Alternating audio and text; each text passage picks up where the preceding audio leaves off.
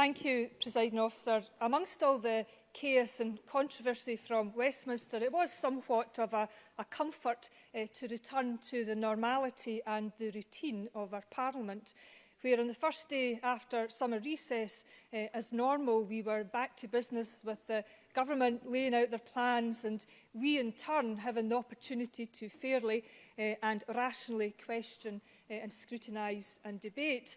In other words, getting on with the day job on behalf of our constituents. And it was clear to anybody who was listening that responding to the climate emergency is at the very heart of this year's programme for government.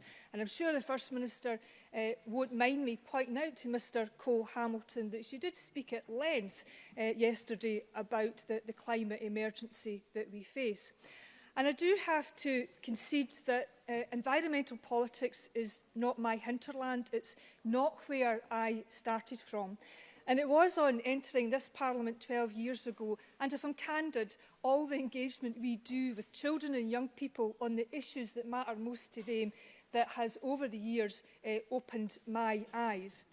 And I used to feel somewhat overwhelmed by the social and economic and the climate chaos that will be unleashed if we don't roll back on our misuse of the planet's resources. But what is now more visible than ever before is that we now have a much more connected and collective approach to tackling the climate challenge. And the fact that the programme for government is more task and investment focused gives me more hope, or at least makes me feel less powerless. And there are some very important building blocks with the Scottish National Investment Bank and its primary mission to help us transition to a net zero economy.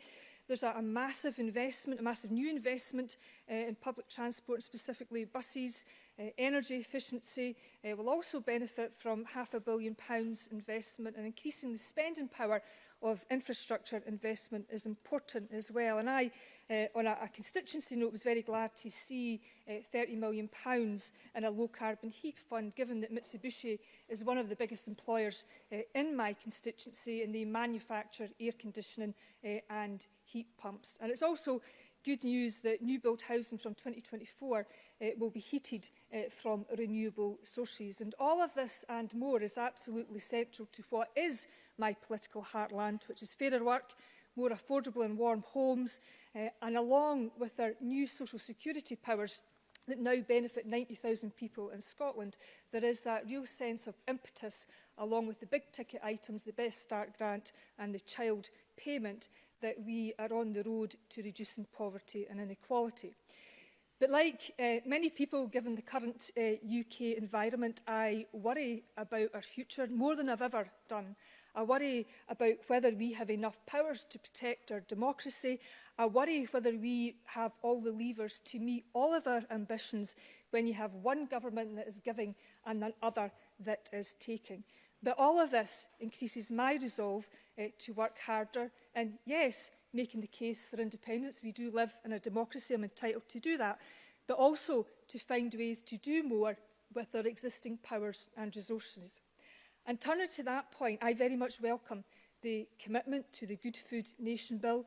West Lothian Food Bank report a 40% increase in demand since the rollout of Westminster's universal credit.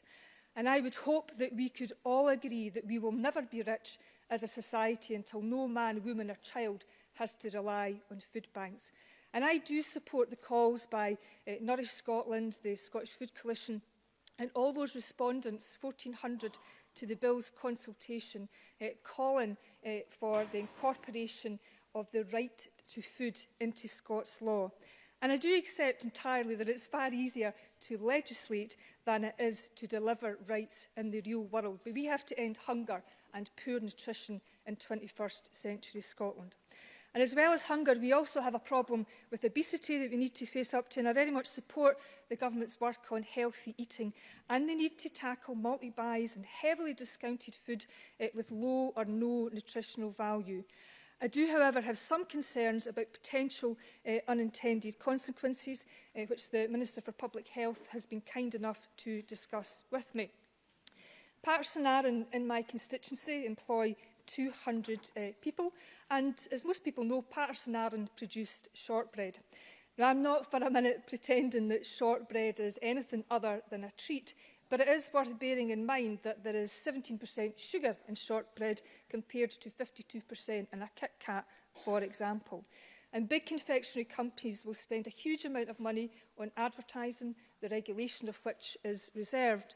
Meanwhile, we propose to limit in-store promotion and free samples, which may disproportionately impact on small to medium-sized companies who, like Patterson Arran, are just trying to sell more shortbread around Christmas and Hogmanay. So I hope as we move forward that we really will consider the evidence and the impact and how all of this fits with our food and drink strategy.